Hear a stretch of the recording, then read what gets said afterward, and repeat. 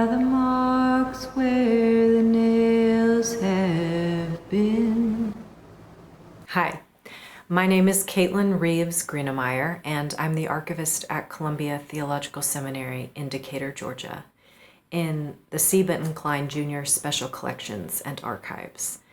The Archives was honored to receive an atla digitization grant in the year 2021 for a project entitled The Last Leg, the digital upload and description of the Mary Bray Spence collection of crosses and religious symbols.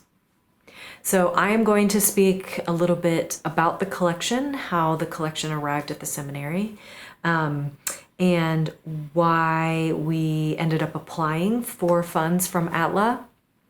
And then I'm going to talk some about the workflow of the project and what challenges we ran into with the project and what we would do differently next time.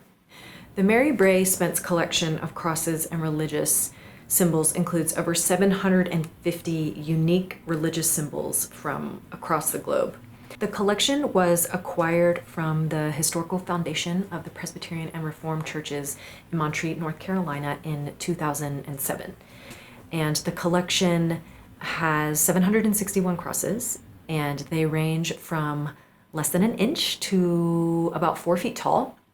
And the collection is really one of a kind due to the sheer number of objects. Individually, the crosses demonstrate a wide variety of cultures from dozens of countries, dating from approximately the 13th century to 1972. Another unique factor of the collection is that a considerable number were made to be worn for decorative or devotional purposes, while many are sculptural and made for display or even practical use. The collection includes some unusual or rare items like a Victorian hair cross. This type of memento reached popularity when Queen Victoria was in mourning following the death of Prince Albert in 1861. Carrying hair became sort of a sacred practice because it was thought to include the essence of the person to whom it belonged. Items from the collection have been on display in Black Mountain, North Carolina, Philadelphia, Pennsylvania, Louisville, Kentucky, and Decatur, Georgia. The Montreat Historical Society originally acquired the collection from Mary Bray Spence, who lived in Florida, and after receiving some unfortunate medical diagnosis, asked her friends to send her crosses from their travels. And so over many years, she accumulated these gifts and tokens from across the world. So I always bring this collection out during student orientation, and students are sort of caught by surprise with how long they want to linger and ask questions about them. And as our educational models are shifting towards hybrid modalities, we want to be able to share this experience with students, researchers, and the general public across the globe. In 2013, each cross was photographed, and it was photographed from multiple angles, resulting in several thousand images. And so that was the point where it felt necessary to approach atla for some funds to continue the project. We stalled out because of our limited staffing and the sheer number of images that would have to be sorted through and decisions would have to be made before they could even be uploaded. So we applied for and received a $3,000 grant from atla because the material had already been imaged. This was a continuing digitization project. And with the funds, we hired a part-time archives assistant to begin sorting through the images and uploading and describing them. Our archives assistant, Tiara Thomas, Hi, my name's Tiara Thomas. set out to do that. So she spent the first half of the project deciding which images to display of each cross. And the images that she decided on would go into their own individual folder with the cross identification number as the title of the folder. Putting multiple images of the cross into the folder then allowed for the images to be uploaded as a compound object so that they could be displayed as such in Content DM. So after sorting several thousand files of crosses into their corresponding folders, it was time to upload into Content DM. And that was all going swimmingly. And we were excited because we thought we were like, okay, now we just gotta like plug and chug, until the thumbnails of the images were all facing the wrong way. And Tiara was going in and manually flipping them, but they would not stay properly oriented. It was challenge number one that we did not expect.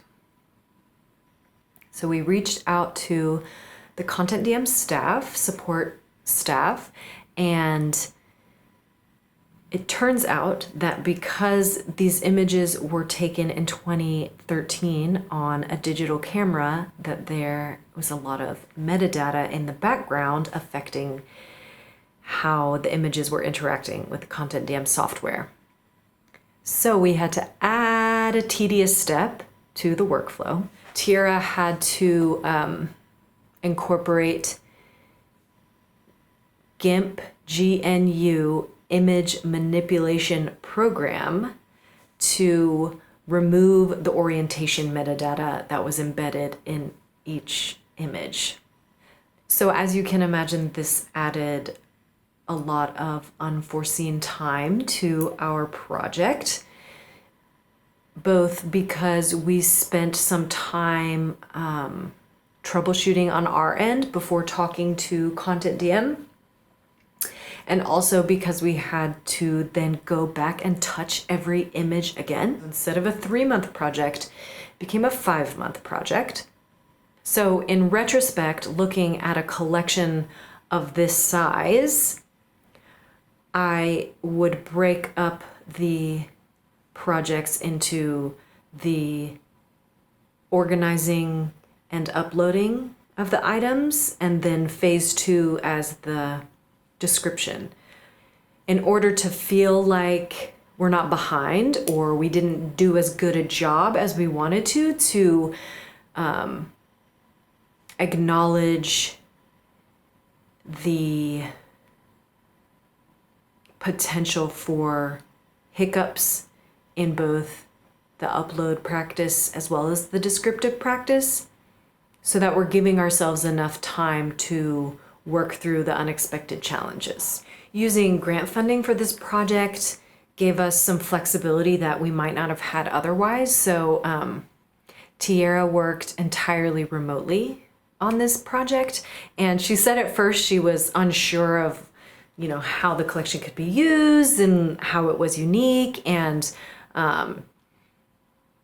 it was her first time working on a collection without actually touching it, and she was learning about it only through photos and a spreadsheet that had been compiled by someone who'd actually interacted with the items. I think at first for her it was definitely strange and sometimes frustrating not being able to physically access the items. So I was incredibly impressed with Tiara's work ethic and her adaptability as we sort of came into these places that we had to pivot and course correct. And there is a learning curve to understanding the nuances of the Presbyterian world, just like with any denomination.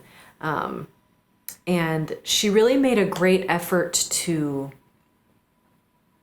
understand and come to terms with these nuances, and her attention to detail just made this collection accessible for the first time for veteran researchers as well as those that are new to archival research. The challenges of this project made a great impact to the Klein archives.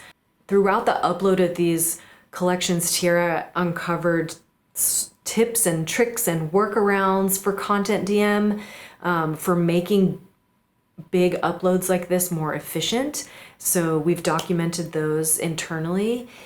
Some of the ways we have adjusted our workflow include where we store these raw images to be uploaded, whether they're in SharePoint or in Dropbox, and what format they're in.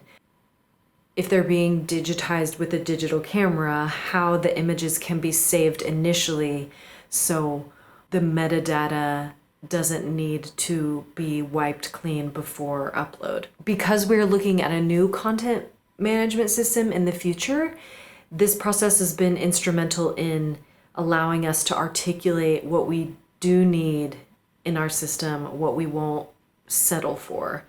Because of her great contributions, we were able to obtain further funding from CTS to keep Tiara on to do some more digital processing for us. I am grateful for the support from Atla because this project has stopped and started for 10 years. and now it is finally in the Atla Institutional Repository. So thank you, Atla, for that. And thank you for being here. And I look forward to any questions or comments you might have.